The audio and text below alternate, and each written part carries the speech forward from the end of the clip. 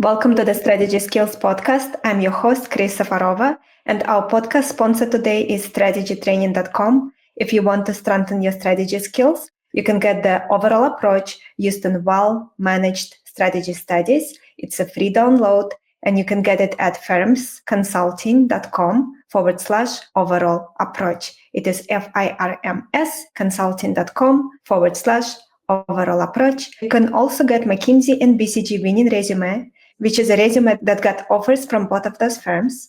And you can get it at firmsconsulting.com/resume PDF. And today we have with us Dr. Christie Smith, who is the author of Essential: How Distributed Teams, Generative AI, and Global Shifts Are Creating a New Human-Powered Leadership, and the founder of the Humanity Studio. She has over 35 years of experience advising the C-suite of Fortune 500 companies on strategy, leadership, culture, talent, the impact of workforce technologies, including AI, and has led global talent teams at Deloitte, Apple, and Accenture. Christie, welcome. Thank you. It's so nice to be here with you. So let's start with your incredible career so far. Maybe you could give us an overview. Well, I have been incredibly fortunate in my career to work for some of the world's best brands. Mostly my career has been as a business consultant. I started my career early in some boutique firms and then was recruited by Deloitte, where I had a number of jobs, an industry job, a human capital partner job, and then I ran our West region consulting practice. I also founded the Deloitte University Center for Inclusion, which got the attention of Apple. And they recruited me to be their first inclusion and diversity officer, which was an incredible opportunity to innovate at arguably the world's most innovative company. And then from there, went back to my consulting roots to Accenture, where I led the global talent and organization practice. And just retired from that position last year, and really felt as though I still had a lot of fire in my belly to continue to do this work, as my passion and my mission is to solve for humanity in the workplace, because if we solve for humanity in the workplace, we solve for the communities in which those workplaces reside. So I started my own company called the Humanity Studio. An incredible journey so far. I feel we need to unpack it a little bit because there's a lot of gold buried in there. So maybe we could start with providing some advice for those of our listeners who are in consulting. Let's say they have just been promoted to partner and they want to succeed and they're working at one of the larger firms. What would be your advice? Yeah, my number one piece of advice is to remember that you are in service of your client and to start there. I think that sometimes we get caught up in the consulting world with, our own narrative of how we fix things, rather than really, which is one of the principles of emotional maturity. My book, suspend self-interest in the interest of starting where your client is and really listening, being incredibly or insatiably curious about the issues that they're dealing with. And just remember that we as consultants don't get called because everything's going well. Generally, there's some aspect of the business or the individual who is in some degree of crisis and needs outside perspective. And so we have to really remember that we are truly in a service industry. What do you think are the key skills that someone who is building their career in management consulting should focus on? So someone who is, let's say, just been promoted to partner and the world is changing so fast, AI, all of those things. What should they focus on developing in terms of skills? Yeah, I mean, this is in essence, we didn't write the book Essential for consultancies themselves. We wrote it for all leadership positions, but I think clearly the tenets of it do speak to those in consulting. The world that we live in is changed dramatically, certainly from when I was growing up as a consultant. You're looking at things as a leader that we are faced with that in the in their totality is so much greater than simply what we had to deal with in the past. So what do I mean by that? I mean that we are dealing as leaders with several wars around the world, socio-political and economic conditions that are polarizing us, where we see certainly more divisions between the haves and have-nots. We're dealing with a skills crisis and a talent crisis like we've never seen before. If you think about, 2030, 75% of leaders actually today believe that we will not have, they can't find or have the right skills to execute on their strategies. And we're dealing with now, as very public figures, the leaders become personal security. So the conditions in total and the cumulative of all of those realities that we're faced with today in our world, and the public sector looking to the private sector to solve some of these issues, that requires a whole new set of skills for leaders that we haven't had to require in the past. So what are some of those skills? Certainly, we talk in the book about power skills. So no longer is it just soft skills, it's really power skills. And those are skills like empathy, adaptability, self-awareness, something that we've termed contextual competence, and the tenets of emotional intelligence. So all of those skills are required. And I think that's a starting point. That is very true. And then what would be your advice on how to meet sales targets? I just have to ask you, because you will have some things to share there. Yeah, I think for me, in my career as a consultant, one of the best pieces of advice I got when I joined Deloitte was from the guy who hired me, Mike Fusey, who continues to be a dear friend and mentor. Mike, I joined Deloitte a little later in my career, so I had a quote unquote book of business. And leaders that I could call upon in the context of now being a partner at Deloitte, and started to do that. And I am like other consultants, type A, and I wasn't seeing the results I wanted to see fast enough. And so Mike and I were talking about it. He said, Christie, spend as much time with your partners in the firm, because they will be your sales force. You don't have to shoulder this alone. It was the best advice I got, because it accomplished a couple of things for me. One is I got to know our business incredibly quickly, and the diverse kind of capabilities we had. And at that time, as is today, we were audit, tax, advisory services, consulting, strategy, all of that.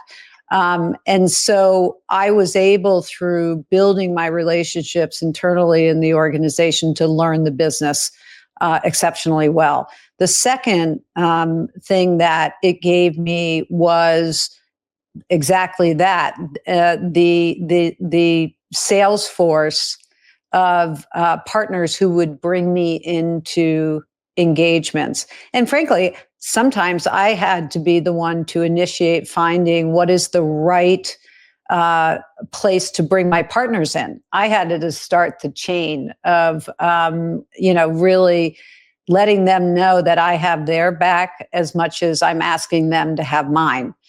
And then the third thing, which I have loved about consulting my whole life, is, it gave me a lot of friends who I continue to stay in touch with today, and clients who became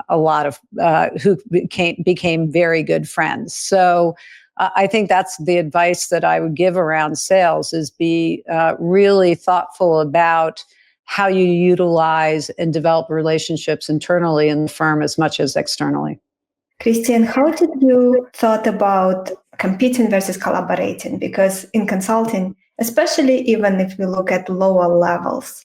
Only so many people can get promoted, and you are competing, but you're also collaborating. What will be your advice?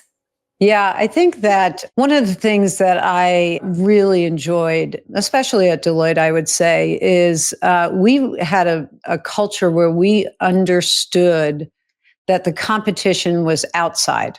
It wasn't amongst us. And if we were to succeed, we were better together than we were apart or competing with each other. And the culture around, hey, let's lock arms and go out there and win against our competitors was very, very, very strong. Those individuals who were trying to get to the next level, who had that behavior of, the guy sitting next to me or the woman sitting next to me as my competitor, didn't fare well. And so I think that having a cultural norm around how we think about, do your job and do it with excellence. Don't do it in the headwinds of competing with somebody. Do it in the tailwinds of thinking about the team. I think this is very much present in our book when we talk about, the move from emotional intelligence, which really is and has been such a positive impact to leaders for many decades at this point now. We talk about kind of the need to move from emotional intelligence that really looks at my attributes, my ability to be empathic, my ability to engage, my ability to be self-aware. We need to move from that to what I call emotional maturity, which is not just understanding those things about ourselves, but actually is really invested in the humanity in your organization. So it's not about you anymore. It's about those who are working with you and those in your organization. And, emotional maturity includes things like suspension of self-interest, cultivating insatiable curiosity, creating cultures of excellence, having contextual competence in your job and of those who work with you. So I think we need, not only because of the realities of leadership today, but because of what employees are looking for, we need a new framework for leadership.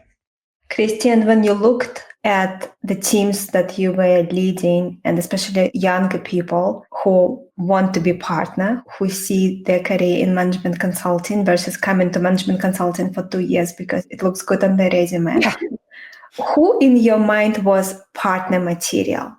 That's a great question. I think the person that was partner material was certainly excellent in their craft. Superior in ways in their craft, whether that was strategy, whether that was human capital capabilities, whether that was security or technology. You had to demonstrate, and you could continue to have to demonstrate excellence in your craft, first and foremost. Secondly, you need to have that partner mindset where you are bringing in others. It's very hard for consultants to say in front of their clients sometimes, I don't know, right? And often they don't, whisper those words, if you will. But I found it to be something that was really powerful. When I worked with clients, and they asked me a question that wasn't in my wheelhouse, my response was always, I don't know, but let me find you the person who does. And I think you have to have that mindset, that partnership mindset of being willing to pull other people in and suspend your own self-interest, perhaps in landing a project. I also think partner material is how you invest in others. I always thought a really good measure for those coming up as partners was how well did they promote people on their teams. What was the career trajectory of those that they'd worked with for a long time? How many, as senior managers, how many people did they move from analyst to consultant, consultant to senior consultant? That tells you a lot about a leader who's invested in their team. And again, I think it is that absolute ability to convey, and not just convey, but behave in the best interest of your client always. Always. Those are the critical components that I like to see in a partner. I agree. You spoke earlier about building client relationships. Mm-hmm. So becoming that trusted advisor, a person that client really trusts, an executive on the client side really trusts, and they even hire your firm because you are the one who going to be overseeing the project. What would be your advice on building those kinds of relationships with clients? Again, this is why we wrote the book. You've got to see people as human first. I mean, like I said earlier, nobody calls a consultant because everything's going well. There's usually some issue or aspect that they're dealing with that either, their job's on the line for if they don't get it right, or a promotion maybe is on the line for because if they don't get it right. There's some reason they're calling us. They're not meeting their customers' needs.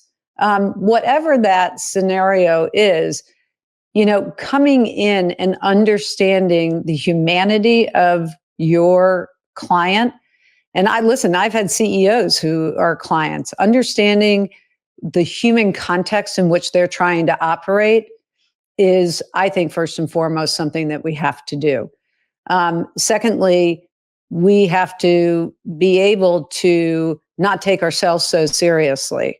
And what I mean by that is if we're trying to impress to our clients that we know it all, we'll lose them.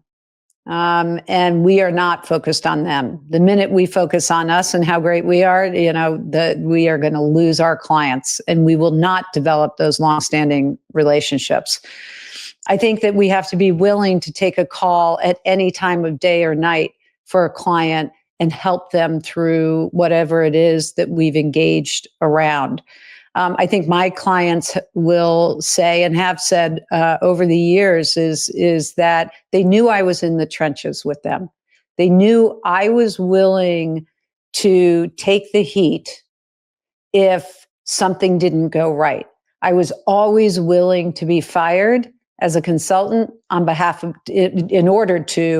my client in order to protect my client. Thankfully, that didn't happen. But it is something that I think that willingness that served me very well. So for someone who is much earlier in their career, and let's say they worked a little bit, they went back to school, did an MBA, and now they're considering consulting. Mm-hmm. What advice would you give them for them to evaluate if consulting is for them or not? Yeah, first and foremost, I think management consulting is one of the greatest careers. Full stop. Why do I think that?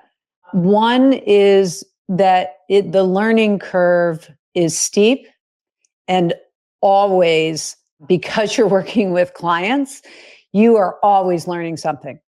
And you're always having to become, teachable, frankly. Listen, I know in my career where I was first a human capital partner, then an industry partner, and then, several other iterations there of partner, I was in a constant learning loop through my whole career. I still am now. So this notion of coming into this career, management consulting is, number one, be teachable. Just because you've got the letters next to your name or behind your name, that's either an MBA, a PhD, or whatever it is, the learning doesn't stop. So be teachable and remain teachable. The second is always see how you can contribute. What is it that you may have an idea around. Find the people that you can share that idea around. If it's around the client problem, listen. Listening is the most incredible skill that you can have early in your career, and keep it, right? I think when you're coming into your career and in management consulting, you may be working in a lot of different industries and different companies. Do your homework. Listen to their analyst reports, understanding what the trends are in that industry, understanding what are the potential headwinds a company or an industry has to face. How does that relate to the work that you've been asked to do? Those kinds of things I think are really important. I also think finding not just a mentor, but a board of mentors that you really call upon to not only help them out, but also, seek their wisdom. Thank you. Very wise words. So another question I have for you, when you joined as a consultant, what surprised you about consulting that you didn't expect? That's a good question. I think, candidly, what surprised me is how much I loved it. I mean, to be really, honest about it is, I think that a little bit of a surprise was the reliance on your partners. I grew up as an athlete, and so I had that athlete. I still have that athlete mentality of go out. You've got to get the client, get the sale, whatever it is. But really taking that kind of team approach to doing it was a pleasant surprise for me. I really enjoyed the vast amount of opportunities that I got to work with very different industries and different leaders. And I think the third thing that was most surprising to me is, a phrase I grew up with from my dad, who was an executive in the menswear industry. He always used to say to us, they put their pants on the same way you do, one leg at a time. And so that no matter who I was interacting with as a client and whatever their title was, having the belief that, hey, they put their pants on one leg at a time, and they're human. They're human. They are not their title. They are human trying to find an answer to a problem and getting the best advice to do that. That is a very good advice your dad gave. You're pretty special. It's so important to focus on. As a foundation, we are all human. It's about that first, and then whatever relationship we have, for example, management consultant and the client. Yeah. You mentioned finding mentors, and that is a challenge for many people. What would be your advice on finding mentors and then building those relationships so it is beneficial for both people? I think you've got to look for a set of mentors. So for myself, I was intentional not just asking people for one mentor. I was going to mentors for several different reasons.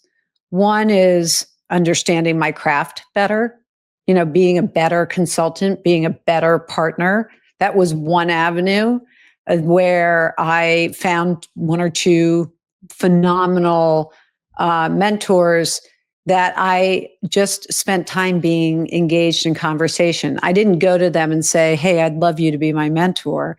I went to them with specific questions, specific scenarios, with hey, I just would love to have your advice on this, right? How would you handle this issue? So from the standpoint of, career, or for the standpoint of being a great consultant, I had mentors for that. In terms of long-term career, and what did I look for in terms of how should I think about navigating my career? I had a woman by the name of Diana O'Brien at Deloitte, who continues to be my closest friend. But at the time, I would go to her and say, I don't know what I should be doing next.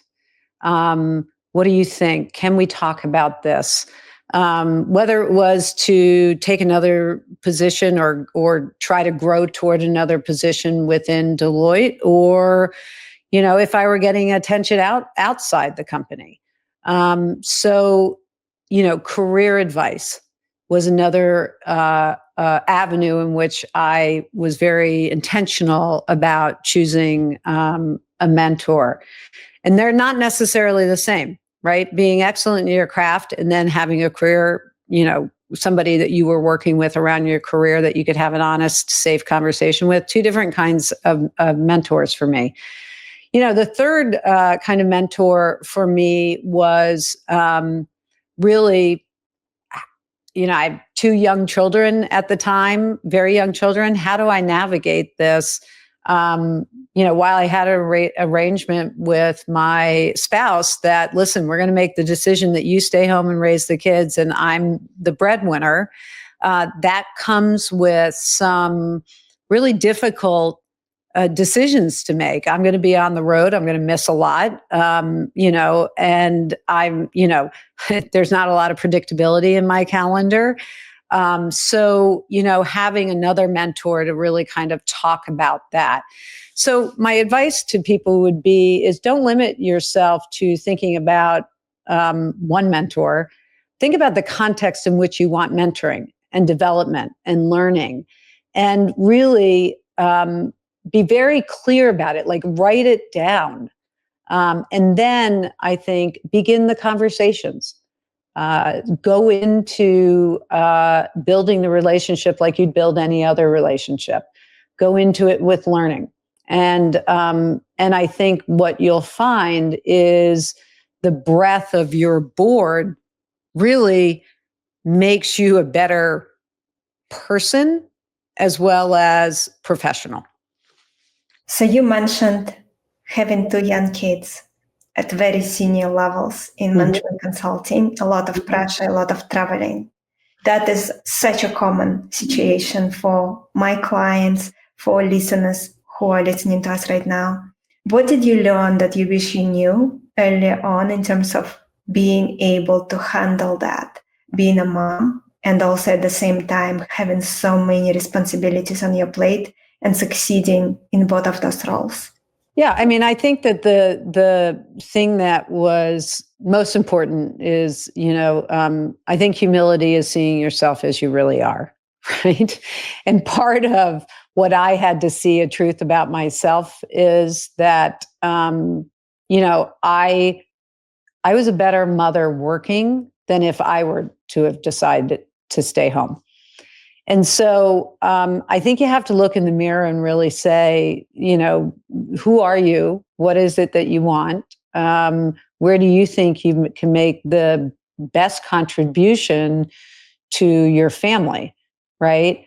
And listen, I have sisters who made that decision, said, well, I'm not going to work. I'm going to stay at home. And then there are other, family members who said, nope, I'm going to stay at home. And I'm going to stay at work because I think I'm a better parent that way.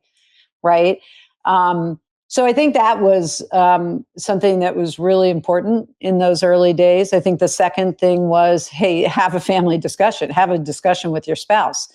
I mean, my spouse and I talked about this for a long time. She had a very successful career. And so, we, talked about what is best as a whole. Right, for the family and in deciding having children. I think the other thing that I wished I had known and had the confidence of earlier in my career when my kids were little is the power of no, and no's a full sentence. There were so many things that I could have said no to that were not client related, because I think if you get in this business, it's all about the client. That were not client related that I could have said no to. I was all too willing to jump on a plane and go across country or jump on a plane and go to Europe or wherever in the world for something that wasn't necessarily additive to either my career or clients. but I felt like if I did, I, I had to be in the room where it happened, so to speak. And that was a pressure I put on myself. No one else put that on me. So I wished I had had the ability to say no. I also think, what's really important is to make sure and have enough sponsors or advocates who are sitting in rooms where people are making decisions about my career or your career, is to have them understand, don't in any way make a decision for me based on my career because you think, oh, she's a mom, she has to stay home. I've seen that far too much with women, and it frankly angers me. I think that that is very old thinking, and I think it's thinking that still persists in our organizations.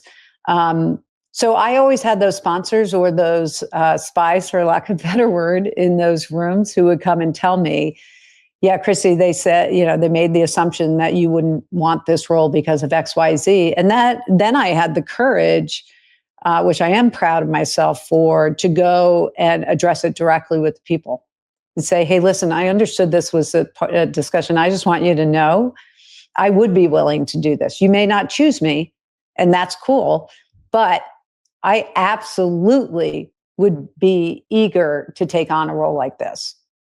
Christie, thank you so much for being so honest and just sharing really valuable information for people. I would like to briefly speak about your transition to Apple. Doesn't have to be brief as well, because it's a big transition. Mm-hmm. When that happened, how did you adjust?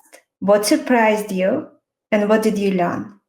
So my transition was really fueled by excitement, to be honest. I mean, I think that I interviewed with Apple for quite some time. It was a long interview process, and they are a company that wants to change the world. Now they do it through technology. They do it through health. They do it because they truly believe that technology and the products they produce can make life better, and I believe that as well. And so the fact that when I was doing the interviewing and I was hearing from people who were interviewing me, we really want to change the world here. We think we have a platform to do that when it comes to our own employees, to diversity, equity, and inclusion. It's clearly something that Tim Cook believes strongly in, human rights and human dignity. He uses that phrase quite often. So the transition was really hard to leave Deloitte. Loved Deloitte. However, it's a once in a lifetime chance. And so having the opportunity to make that transition, was really filled with excitement. It was different, clearly, from my consulting career in, the fact that I was not consulting. I was actually doing the work to see it through for a long period of time, as an employee, not as a consultant. It was not different from the perspective of I was really blessed earlier in my career to build businesses that didn't exist before. So I was intrapreneur, which, trust me, I know that that's a privilege to be able to be an intrapreneur rather than an entrepreneur. The challenges are very, very different. But nonetheless, I knew how to set up a business or set up a practice. And so that was very similar when I was, in terms of my responsibilities at Apple. I think that, working for Apple and working with a company that is so data driven And so, yet, it's the art and science that Steve Jobs built the company on, right? Very data driven. And yet the art of humanity, those two things were in balance. And so, obviously very different, but from the consulting industry, but there were so many similarities that, it felt very comfortable. What do you feel you learned from that experience? Anything that really changed the way you look at things after you worked at Apple?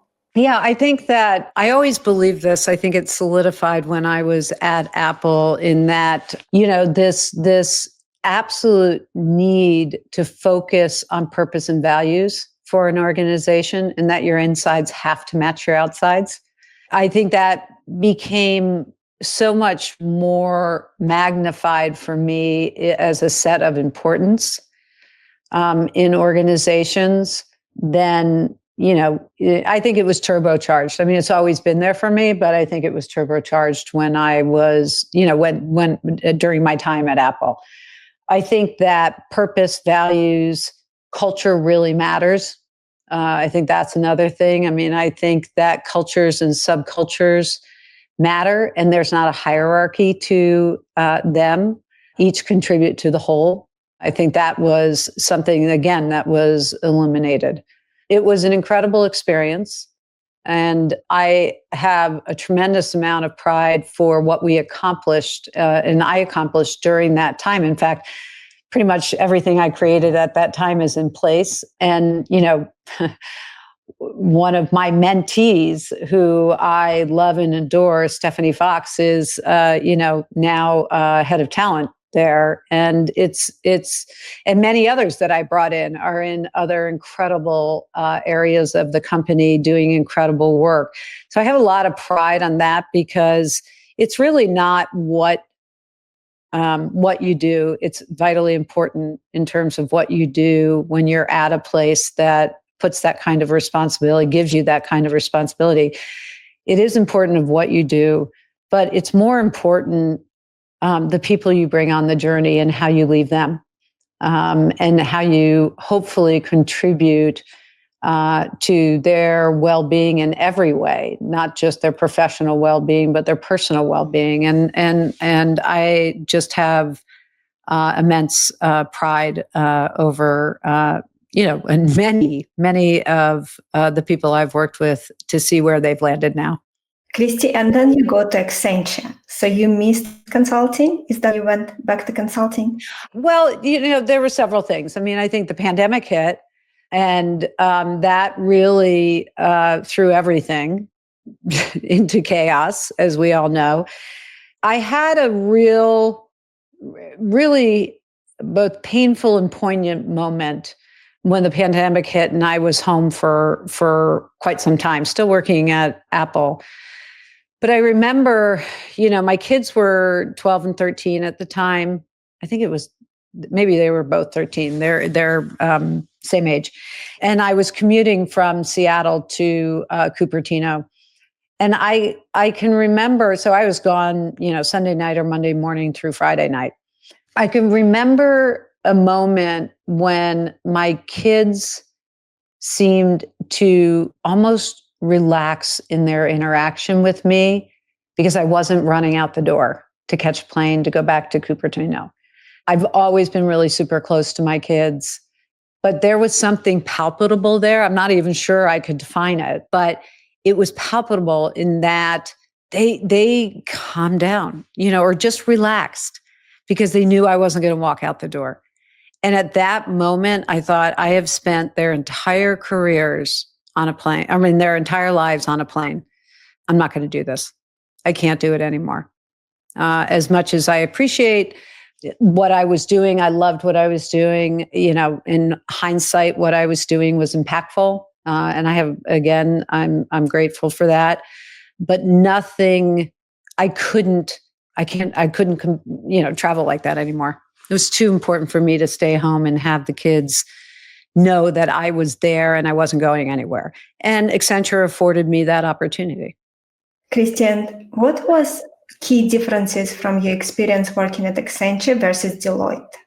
Well, I mean, I think the biggest difference is that Accenture is a public company, Deloitte is a private company. So the standards of measurement are very different, and the timing of outcomes and results very different in a public company. So that's number one. Number two is that Accenture has always been seen, or mostly had been seen in their evolution as a company, as a tech company. And, many still see them as just a tech company. Whereas at Deloitte, I think there was a balance between, having capabilities in technology, but also equally human capital and strategy. And then, of course, the advisory and tax and audit side of the house. So very different from that perspective of more equity across the service lines within Deloitte. And at Accenture, really that heavy emphasis on technology. So building the talent and organization practice, and I think my career has mostly been, I have been a builder in my career. I love coming in and building things, building businesses, building new practice areas, those kinds of things. And so getting the chance to come in and grow the talent and organization practice through those things I learned at Deloitte, through our partners and building the confidence of our partners or our senior managing directors at Accenture. That talent and organization wasn't your mother and father's change management program, but this was really strategic. I, was involved in 5 acquisitions during my tenure at Accenture in the T&O practice. So that was very different than Deloitte, where I was doing a lot of M&A for clients. We were in a buy mode in terms of human capital or talent and organization capabilities. So very different circumstances as businesses, but again, the growth we saw in human capital, the growth we saw in talent and organization was sizable, was very, very, very significant. And again, leaving, a legacy of a great practice and great practitioners, both the same. And then I want to spend a little bit of time that we have left also discussing AI and your thoughts. How do you see generative AI and what's happening with technology related to AI reshaping the workforce, and what skills will be most critical? We spoke a little bit about skills today, but maybe we can go a little bit deep on that. Yeah, again, I mean, I think that we're in a skills crisis in that, certainly the research in our book bears this out, that by 2023, most companies are not going to have the skills that are required, not just from a technology standpoint, but from all aspects of business. Right now in 2024, 3 out of 4 people don't have the right skills in their organizations. We are not training them fast enough, thus losing productivity. We have looked at AI in recent years as the magic bullet that is going to kind of solve our skills problems. We know that now that is not true. And in fact, that's failing because people are not using AI or technology because they haven't been trained on how to use it, frankly, in the context of their business and their daily responsibilities. We talk a lot in the book about AI and humanity, basically. And we really talk about the notion of human intelligence. Listen, AI automates repetitive tasks and enhances efficiencies in organizations if organizations are investing in the education around how to use that AI. Whereas humans really provide that kind of ethical judgment, contextual awareness, and creativity. And both have to exist, right? AI plus kind of human contextual thinking is really what will drive human intelligence. I don't think that AI is the magic bullet. I do think it can be exceptionally helpful and help with repetitive tasks and those kinds of things. But we're not spending the time, we're not spending the time educating people on any of these technologies. A study that we did with a number of very senior leaders was around asking them the question of, do they think technology is important to their growth and important to competitive advantage? 100% of them said absolutely, yet only 25% were willing to actually implement the technology, buy the technology, implement the technology, or learn about the technology. So we have a huge gap in our organizations and in leaderships who say they know they need technology to help automate from an AI perspective and an analytical perspective, all of those things, yet they're not willing to take action with regards to implementing technology, because it's not just implementing technology. It is about how do you use that technology productively in your organization as a person at this level, that level, this job, this area of the business, that area of business, and teach those individuals how to use those capabilities. We are not spending money or time on that. We are just throwing another technology on the desk and saying, hey, learn this. And the productivity rates around AI are abysmal because employees are saying that, candidly, this is just yet another thing you're asking me to do. And it has you haven't built the why for me as to how it should impact my careers. Therefore, I'm not doing it. And final question, my favorite question to ask is, over the last few years, what were 2, 3 aha moments, realizations, or even one that really changed the way you look at life or the way you look at business? I think that the biggest aha for me has been the realization that I don't necessarily need a brand to have a business. And so what do I mean by that? I mean, I think that, I have had, as we've talked about in this conversation, association with, some of the world's most favorite brands. And I have loved everything about my career. I'm not sure I would change anything, good and bad.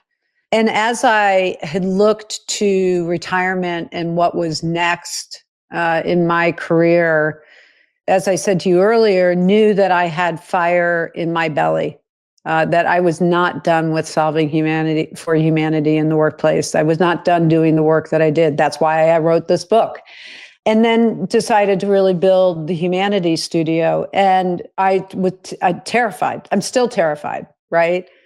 But what I've realized and taken comfort in is that the culmination of the things that I've done in my career and the brands that I have worked for do in some way speak to my credibility. But what speaks to my credibility more, I think, is in the relationships that I've developed over those years and the trust that I've built in clients, the friendships I've built in clients, and the demonstrated ability to, be incredibly invested in those that I work with. And that my brand, without those other big brands associated, it's enough. It's enough. And I think that is probably, that's probably the biggest aha that I've come to in the last year. Christie, I think you're more than enough. Thank you. Thank I you appreciate so much. that. Thank you for being here with us. Thank you for being so honest and giving such thoughtful answers from the depth of your heart. I really appreciate it. Oh, it's been my pleasure. I have loved our conversation, and I look forward to more. Same here. Where can our listeners learn more about you, buy your book, anything you want to share? Wonderful. Well, thank you. There are 2 websites. One is thehumanitystudio.com. That's where you can find out about me and the business. There's also a link to the book. But our book website, my co-author Kelly Monahan and I, is smith-monahan.com. Christie, again, thank you so much for being here, for everything you shared. I'm looking forward to having more discussions down the road. Me too. Thank you. Our guest today again has been Dr. Christie Smith. Check out Christie's book. It's called Essential. And our podcast sponsor today is strategytraining.com. If you want to strengthen your strategy skills, you can get the overall approach used in well-managed strategy studies. It's a free download, and you can get it at firmsconsulting.com/overall approach. And you can also get McKinsey and BCG winning resume. It's a free download of a resume that got offers from both firms. We spoke a lot today about management consulting. This is an example of a consulting resume that works and can work at any level and not just for consulting. And you can get it at firmsconsulting.com/resume PDF. Thank you everyone for tuning in. And I'm looking forward to connect with you all next time.